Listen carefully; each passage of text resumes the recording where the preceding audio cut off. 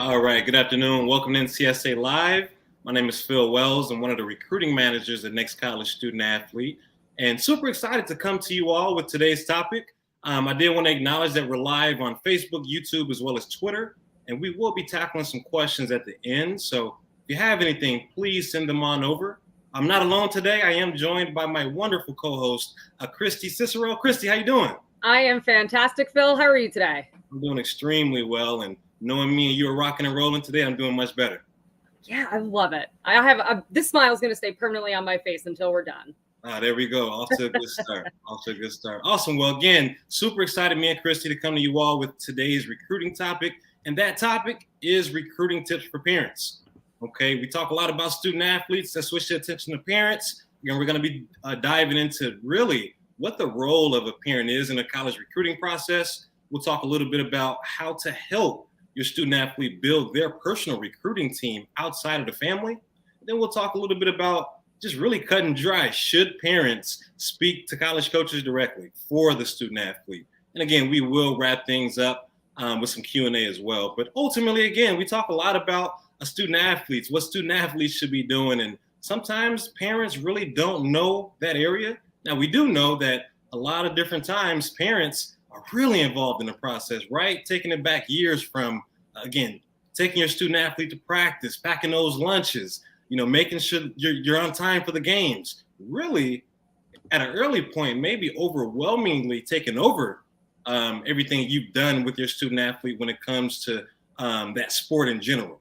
But as the recruiting process holds, now for the parents, it's time to kind of take your foot off the gas a little bit. It may be a little bit hard, but for parents at this point in time in the recruiting process, especially, again, we get into that freshman year and up, it's absolutely time to take your foot off the gas, pass the reins over to the student athlete, make sure they are more in control, and we'll certainly talk about that here later. But Christy, just to come to you right away, if we're talking about student athletes being that main forefront of the recruiting process, what is the role of a parent in the recruiting process? Yeah, kind of just like piggybacking a little bit more of what you said. We love parents, right? Like, you have raised your child, you have brought them to this point. But speaking as a former college coach myself, we didn't want parents involved. We want you to be way behind the scenes. We want you to be their cheerleader and their mentor, but not their agent. So, you guys have to think about financial fits, social fits. Do you need to take a plane ride to see your child or just a drive? But does that also match up with your child? So, you have to talk about the recruiting process with your kid, almost like you're a team together. Like, what is everybody looking for? But at the end of the day, we want to hear from kids. We want the student athlete to speak on recruiting trips. We want them to talk on the phone. We want them to be sending us emails. We want them to really take control of the process, because the more we speak to parents and hear from parents too much, it's a really big turnoff. The best way that I could sum it up is, not only are we recruiting your child, but we're also recruiting you, and that could be good or bad.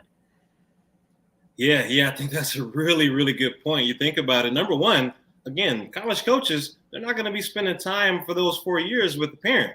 Okay, college coaches are recruiting that student athlete, and as great as insight from the parent is and sometimes needed, again, at the end of the day, the student athlete is really the one that needs to be, driving a bus on this thing when it comes to recruiting.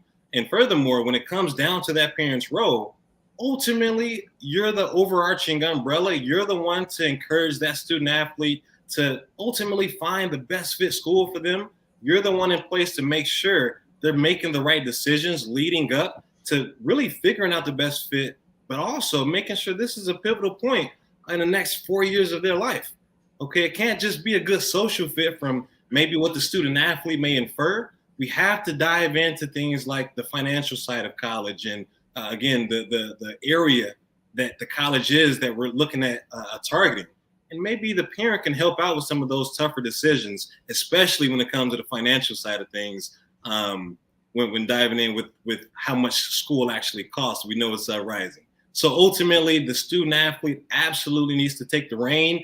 Parents, take your foot off the gas a little bit. Make sure you're more directing And again, even within this, you have some help. Okay, as a parent, you're not just encouraging your student athlete to make the right decisions, and you're not just really directing this process yourself. You have the ability to encourage a recruiting team, to empower a recruiting team. And oftentimes, as a college coach, yes, the parent is important. The student athlete is the primary focus. But when looking to evaluate some of the characteristics and everything else that a college coach needs to get clarity on, sometimes, they go to others.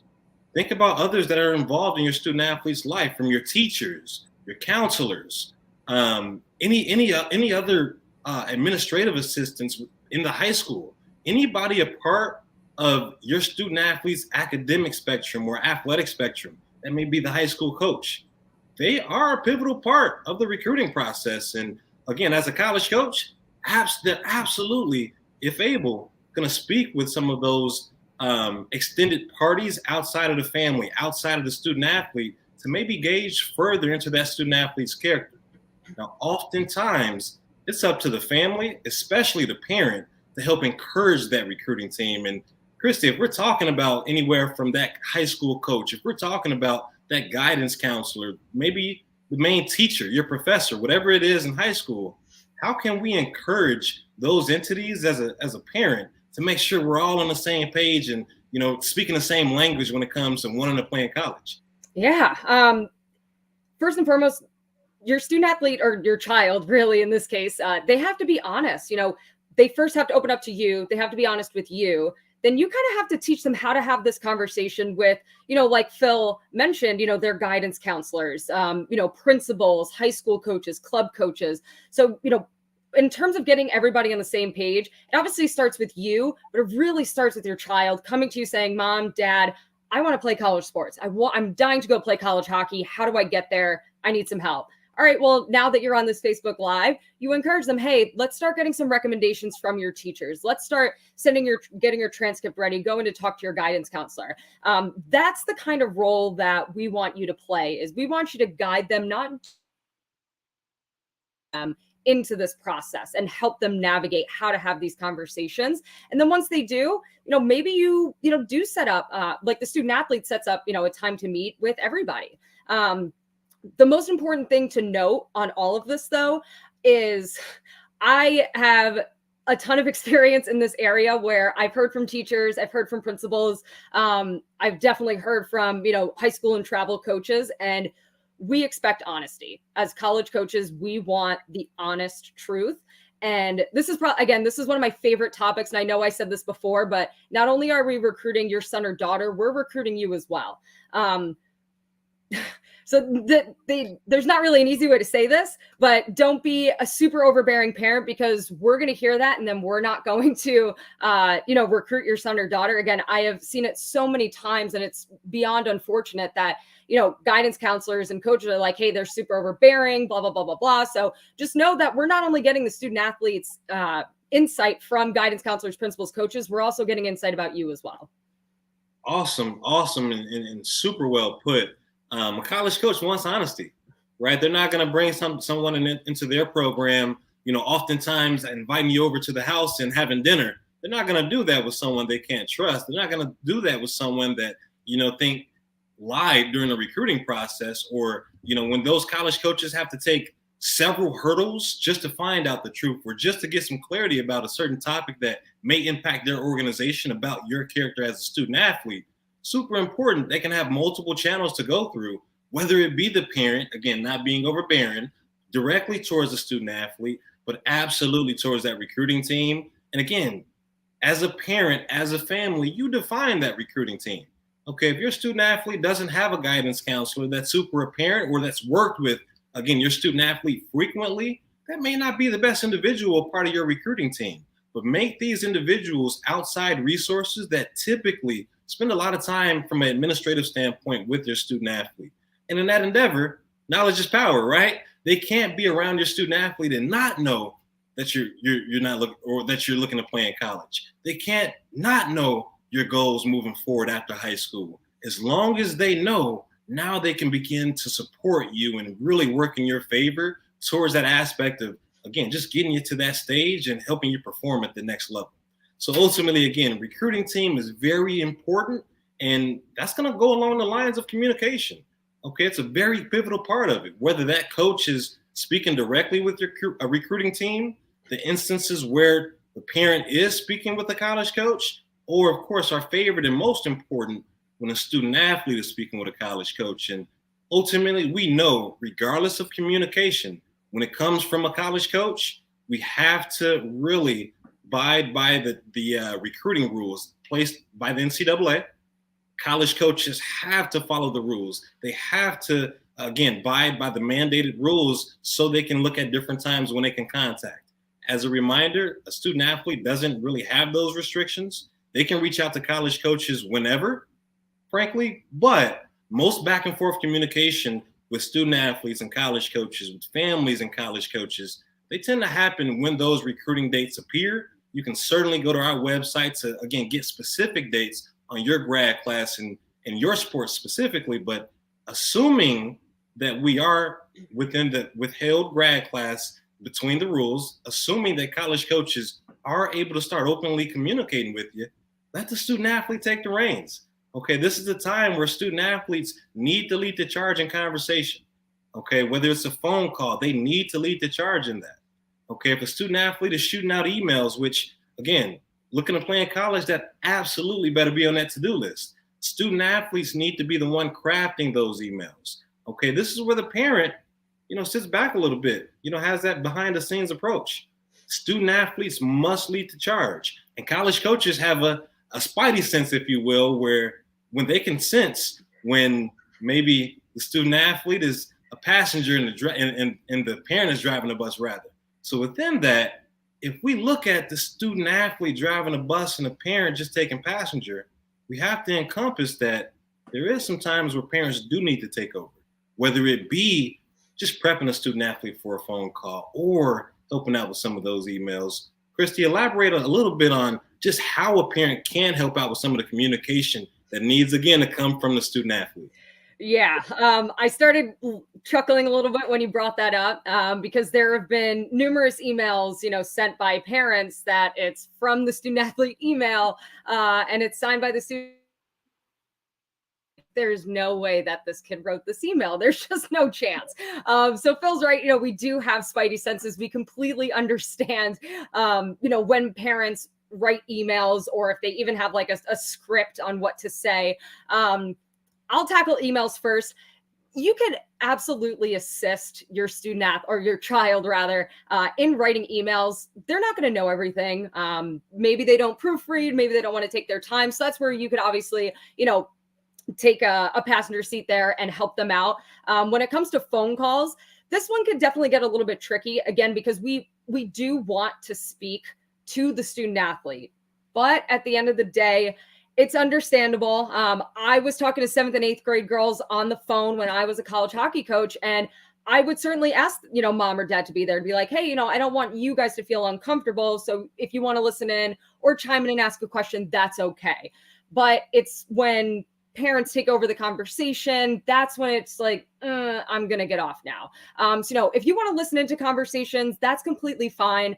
And you're the ones who can bring up those tough questions as well. Like financially, I know when I was recruiting, I wasn't asking those questions when, my parents let me do everything when it came to finances of how we're paying for college or what type of scholarships are available. That's something that my parents would help with. And that's perfectly fine to ask.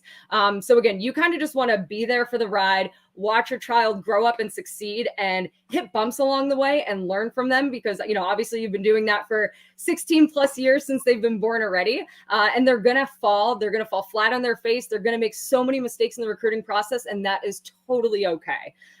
We just need you to pick them back up, teach them how to write a better email, how to ask better questions, do mock phone calls with them before they get on the phone with the college coach. So then they're already prepared. We need you guys to be that preparation for them. And again, be their cheerleader throughout this process. Awesome and well put. I think just to recap a little bit, just one of the points you made out of so many good ones is just thinking about the aspect of the college coach setting the stage, right? We don't want those overbearing parents as college coaches when, they're leading the charge. But if a college coach is leading the charge saying, hey, it's great if you guys can chime in a little bit as parents, or feel free to chime in a little bit. Now, as a parent, you have that clear. Now, as a parent, you have the green light to go ahead and help your student athlete throughout that conversation. But otherwise, prepare your student athlete to have that conversation and to lead that conversation. And then let coaches really set the stage when it comes to the little feedback or a lot of feedback that you may provide as a parent. And lastly, overall, another great part of the recruiting process for parents is the official visits, right? When we come to a college campus as a student athlete and as a parent, yes, the student athlete still needs to lead the charge. But ultimately, this is an avenue where we can see a lot of the parents freely ask really good questions in person, face to face, and again, in official visits. Some of them may look like, again, just the aspect of, hey, how much does tuition go up next year? Some of them may look like, hey, what happens if my athlete, gets hurt? Some of them, really may be just dealing with the seriousness that comes with college that maybe the student athlete isn't thinking about. Christy, do you appreciate hearing those questions from a parent now that, again, we can look at it from an in-person view and looking at the seriousness of some of those questions? Oh, 100%. And, kind of like what you brought up before is, if a college coach is setting the stage, definitely chime in and ask those questions. You don't necessarily need on an official visit or even an unofficial visit for the coach to set the stage to ask those types of questions, right? Like, hey, what happens if my student athlete gets hurt? Or, does tuition go up? Things like that are a little bit more serious that just kids naturally don't think about. Completely okay to ask, totally fine. We don't want you to sit there silent, right? Like we want to see personalities. We want to see what your family dynamic is. Because I'll tell you what, there's a lot of kids that we pulled offers from because of their interaction with their family on official visits. Or there were times where like, oh my goodness, we weren't planning on offering this kid, but we love them so much. Like they're such good character kids and parents. Let's offer them today on their visit. So those things definitely happen. And I know it sounds contradictory or you're probably sitting there like, Christy, you tell us not to talk and now you're telling us to show our personalities. I completely understand how that could be a little bit confusing, but just be yourself, but don't be the face of the process, right? Like if there's a super cool building, check out, say, oh my gosh, like what a great building. What does that one offer? Oh, it's our chemical engineering lab or whatever school you're visiting and whatever building it may be or whatever the situation is. Please chime in, speak up, because there are, shockingly enough, a lot of decisions made during your campus tour while sitting, in the office, with the coaches and your child, when you're taking a tour around, the athletic facilities. So again, don't be overbearing. That's the number one point to take from this is do not be in control. We don't want to hear from you. Love you guys, but we just don't want to hear from you. Please let your child do all the work, but also be yourself, right? Be yourself, especially on visits. Be communicative with, what you're looking for a little bit with finances, maybe health insurance, things that nature, but then let your kid take the reign. They now have wings and they're going off to college. Absolutely. Love the aspect of, again, getting our wings, right? Ultimately, parents, be human. Be human. Don't look to overbear by any measure, and know that typically official visits, any kinds of visits face-to-face, in person, typically those are where you have a little bit more free reign. And again, even in those instances, show genuine excitement, show genuine engagement, be human, chime in every once in a while. But again, just don't overdo it. Find that fine line of communication while making sure your student athlete is leading the charge. And overall, in summary, okay, again, as much as it may pain some of the parents out there with the extreme involvement in some cases for the betterment with their student athlete through countless of years growing up playing a particular sport, this is the particular time when the recruiting process gets serious. You have to take a little bit of a step back, let the student athlete get behind the wheel. Okay, let them drive the bus on this thing, but do not neglect how important your role is as a parent. You still will need to be there to encourage, direct, okay, have some conversations, but your overarching umbrella of a theme as a parent is to make sure you're doing everything decision-wise so your student athlete can find the best fit program to spend again, 4+ years of his or her life. So with that exciting topic, we will get to some questions. If you have any during, please shoot them on over. Looks like we may have a couple here, starting with Alicia. Looks like as a parent, when should I encourage my student athlete to reach out to coaches, and how does he navigate that as a two-sport athlete? Now, really good question. And I know we touched a little bit on just the aspect of college coaches having to follow rules. Not so much the case with student athletes there, Christy. Yeah, no. So student athletes, they could reach out ASAP. I don't know how old your, son or daughter may be. Tell him or her to start making a list of schools, hop on your NCSA profile and go to the, find colleges tab and start blasting out some emails. It is definitely a little bit tricky, being that he or she is a two-sport athlete. My recommendation would be, if there is one sport that kind of shines a little bit more than the other, to reach out to that, that sport that's just a little bit up here. But you definitely want to include that in that email saying, hey, I'm a soccer player. I'm looking to go to, Harvard, but I'm also a track and field athlete. Can we do both? Obviously there's a ton of rules, between all of the division levels, and especially when it comes down to like scholarships and such. With D3, and I also want to say NAIA, as long as you make it apparent and very clear, coaches will do their very best to communicate with that other coach in the athletics department, saying, hey, I'm recruiting this kid. They really want to play track, or they really want to play softball. Can you take a look at his or her film? Would love to get your thoughts. So then it could be a collaborative effort. Yeah, absolutely. Absolutely. Blast out some of those emails, get them done. And again, even if college coaches can't reply, in a lot of ways, they know what those emails entail. They know they're coming. And again, you're going to probably be on their prospect list for when they can reach out. Another question coming up here from Tammy. We got, will our recruiting team, specifically coaches, help us determine where, again, which divisions my son fits, so that we don't waste time, our time and the college coach's time? Really good question there, Tammy. And there's not a perfect answer to that. When it comes to your recruiting team, know that they're absolutely there as a resource. Okay, if we're speaking of high school coaches or club coaches, they're your resource. They're a big resource. But remember, the student athlete is driving a bus, and overarchingly, you're driving a bus as a family. So while some high school coaches, while some club coaches may be really good at helping you determine which division levels you're best for, we can't rely on our high school coaches or club coaches to do so. A lot of times, they're going to be dealing with so many other athletes. It could be hard to determine where you fit best. And frankly, it's just a lot to ask from that college or high school coach or club coach when they have a lot of other responsibilities. So when it comes down to it, you have a couple different approaches you can take. Certainly go and ask your high school and club coaches. Again, being a part of your recruiting team, it's important they're informed. If they can't give you a specific answer, get an evaluation from a third party.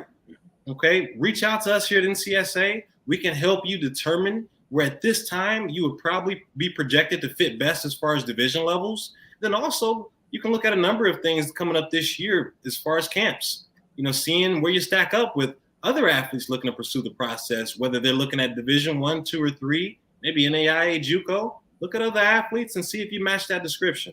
And lastly, you can also look at current college rosters amongst all those division levels that you may be interested in, and just compare yourself. Do you have similar size? Do you have a similar academic spectrums? Do you have a similar storyline? Those are the things we want to take into account. All right, looking at another question coming from Tony. If you're booking an official visit with admissions at a school, would you reach out to the coach and let them know that you're coming? And would you have a chance to meet? Christy, coming to you on this one. This is an interesting one, really centered around visits and really meeting with that coach and separating that from really the admissions, which is a difference from the college coaches. Christy, what you think? Yeah. So the short answer is yes, definitely reach out to the coach. My advice, please do not reach out the week of, the day of. Let's just say you're going like on a big East Coast trip and, you have to plan out which schools you're going to visit. make sure you just do that in a very timely manner. Coaches, they're busy. Even in the off season, they're busy. So just make sure that you're asking at least like 2 to 3 weeks in advance saying, hey, I'm coming for a visit. Now, if you've never had communication with that coach, it might be a little bit different. If you've already been speaking to that coach, it should be, a pretty easy email to set up. But again, to kind of summarize a little bit of a long-winded answer, yes, definitely communicate with the coach, but just do it at least like 2, 3, even 4 weeks in advance before you go. Yeah, coaches are busy. Get that response time up. Reach out to them way ahead of time and let them prepare for you as well. Really important. Great, Christy. Awesome. Looking at a question. My daughter is a high school freshman and has not been very motivated in the recruiting process. How do I encourage her and get her more motivated? Really, really good question there. And I'm not sure there's a specific answer that just gets you the win there, but ultimately we can always look at a couple different aspects. And Christy, I'll kick it to you here for the back half. But the first thing that comes to mind is just encouraging how early the process starts. Again, as a freshman, you don't necessarily need to have your mind made up with college programs and where all the details ironed out, and you don't have to have all the logistics that can be probably overwhelming for a freshman. But just the want to play in college, just the want to start showing off your skills. So ultimately, the front half of it, inform again a freshman of how much the recruiting process is taking place as a freshman, how much college coaches are actually evaluating from the freshman year all the way up into senior year, and really showcase what other freshmen are doing as well. Christy, anything to add on that? Like yes and no. I will say to the woman who asked this question, I just want you to know that I tell my parents on a daily basis, you were right. She's going to say that to you at some point, right? So like Phil said, I don't think that there's going to be an immediate win. And I can imagine how frustrating that is as a parent that, you're so excited, you see the potential in your daughter and you just want her to get going. I agree with Phil. Continue to encourage her, continue to show her maybe what her peers are doing. But you can also do that without words too, right? Like maybe you put her into camps with some of her other teammates that they're going to, or, hanging out with certain individuals, that are already starting their recruiting process. I think the more that she's going to be able to see that, maybe she's going to have that light bulb go off in her head and be like, maybe I should start this. But again, I would definitely still encourage her. Don't push her a whole lot, because you don't want her to lose the love of the game. And yeah, that's all I got, Phil. That's a tough question. It's tough. And I'll conclude with that one and say there's a fine line, just like today's topic. Again, the tips towards the parents. There's a fine line, just like you mentioned, Christy, which is just phenomenal. Again, find out how to be that presence without words sometimes, because, again, we can very easily as parents cross the line and push too much and want it better than a student athlete. And that is not the case. That's something, again, send those spidey senses off as a college coach. It's a really good question. Last one coming up for us here, and it's a good one from Marie. We have, if you had to give advice on 3 things to do while reaching out to college coaches, what pitfalls should we try to avoid? Wow, that's a really good question and very specific in reaching out to coaches. Again, being a former college coach, Christy, I'll let you have it if you're ready to tackle it. Yeah. Wow. Bless whoever wrote this question, because we never see this, and I don't think I've ever heard this as my time as a college coach. So I'm so happy that this question was asked, but my mind is exploding with so many different things right now. What to avoid, not to do while reaching out to college coaches. I love when student athletes tell me about their other passions, but I also don't want to know about it in an email. Try to keep your emails short, sweet, to the point. Pumped that you're in band, but I don't care how long you've been playing trumpet. So please don't include that in your email. I probably wouldn't put other offers or visits or anything like that in your email. Let that come naturally, especially when you're coming to a point of decision making. What also to avoid? Don't be general. Don't be general. Don't just copy and paste an email, change the name. it's so apparent, it's so obvious. Half the time you don't even get our names right. Like it's, make sure you're looking at the coach's name, you're looking at their school, wish them the best of luck on their upcoming games this weekend if they're in season. Be very, very, very personalized. So again, the 3 things that I would avoid is keep your email short, sweet, to the point. Don't give any additional information except like your jersey number, your schedule, and your highlight film, NCSA profile, and transcripts. Make sure you are making things personalized to each school. But wow, I feel like I can go on and on with that question because let's have a conversation. Our next topic is that. Hey, have them reach out to us, but we may need to talk about that next week. But no, I think you tackled it awesomely. Number one, you think about it. I mean, a lot of those generals exist when it comes to the amount of emails that need to be sent out from a family's perspective. It's easy to just send out a mass email, but it's easy also for a college coach to just ignore it, when those generals are in place. And I think to Christy's point overall, just to tackle that last question, focus on the 3 things she talked about: being personable, again, avoiding some of those extracurriculars, being straight to the point. All that stuff is important.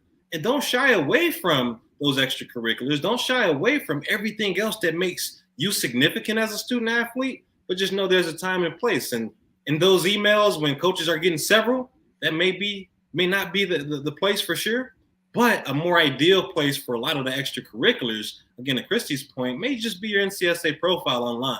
That is where college coaches on their time can start looking at who you are as a young man or as a young woman, as a young student athlete, looking to achieve, obviously, success in the sport you're given, looking to achieve success academically, but also some of the other things that make you interesting. Throw those on your NCSA profile. And if you need more help on that, please reach out to us directly. Come to our website for sure. But man, Christy, some rock star questions today. I say that to say the least. Yeah, I mean, I'm pumped. Like, I'm ready to tackle the rest of my day. That's all I got to say.